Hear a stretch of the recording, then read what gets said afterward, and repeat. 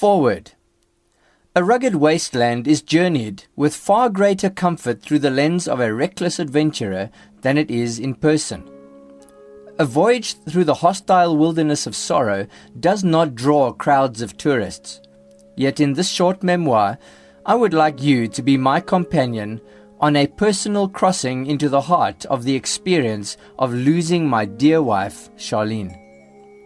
Consider this the drawing of the curtains of a window into one man's discoveries through facing the hard realities of death, rather than a textbook on the subject. It is for your encouragement that I have written, understanding that no two experiences of grief are identical. May it be that as you embark on this emotional voyage with me, you will find true biblical and personal hope in Christ. Here you will find frank details relating to the actual event of her death, an attempt at the description of the black pain of the first few days, and what I found to be of greatest comfort. I have also included a consideration of how this massive loss has impacted me over the first few months, and finally, personal comments on frightening medical issues that surround grieving. To be immersed in the fresh pain of loss stokes a furnace of questions that must be quenched with answers if you are to find freedom from their scorching demands. What should I expect for the first few days or weeks? Is there something important I should know that I don't know? Does this pain decrease? And if so, how long will it take before it begins to feel better? How will this impact my health, and how can I prevent the loss of my health too at this time?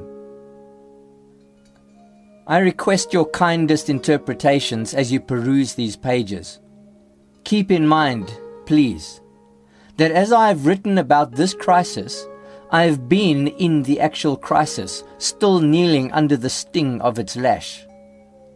It is the unrefined reality of fresh pain that I have worked to capture in this booklet, a genre of literature for which I have searched in vain in the biblical counseling world. I can understand this vacuum. One possible reason material such as this has not been written is that people suffering under the stroke of such calamity do not consider themselves to be in a state to apply themselves to such a work. A successive reason could be that the authors who would ordinarily pursue a topic such as this fear writing out of a heart that is not sufficiently moved by it, bringing offense rather than comfort to the grieving. So, if my attempt lacks the refinement of an accomplished author, I trust it exposes the agony of a heart that can understand your pain.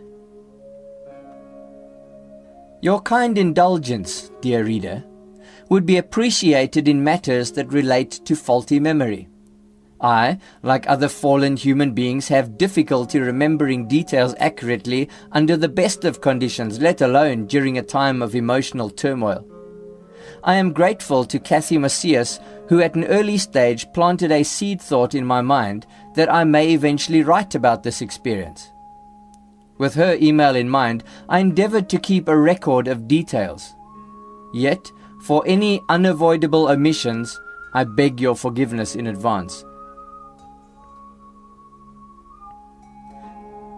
I should also add that in order to protect my daughter's privacy in a hostile world, I have chosen to withhold information about them in this work. They have, of course, featured where necessary, yet the reader should not interpret the obvious lack of detail about them as a lack of care for them. To whom am I actually writing? It is a deadly flaw in a book to aim it at too broad a spectrum. Yet what you hold in your hands is intended for people who have been shaken by the death of a loved one, people who know others who have lost a loved one, or for people who themselves are facing death, which of course ends up being the broadest spectrum audience one can imagine. It is the sheer universality of death that makes a book like this applicable to every living person. I have written both about the hurt and the hope of facing death from a Christian perspective. My words are intended to encourage you as a believer in Christ. If you have not yet found real hope in Christ, this book offers you a rare introduction to exactly what sustains Christians through real calamity. True biblical hope in the face of the hurt of death is the most valuable asset you will ever own in this world. Finally, since you have been as charitable as to read this work, I have returned that thoughtfulness by laboring to avoid wearing you out with excessive detail. This has been no small feat because the experience of this calamity has impacted even the most remote areas of my life. I am grateful that you have picked up this little book, and would be even more grateful if the Lord uses it to give you such hope in Christ that you will gladly recommend it to other hurting people. Alan Lester, 29th of July 2013. Email hope@graceunlimited.co.za. Website www.graceunlimited.co.za.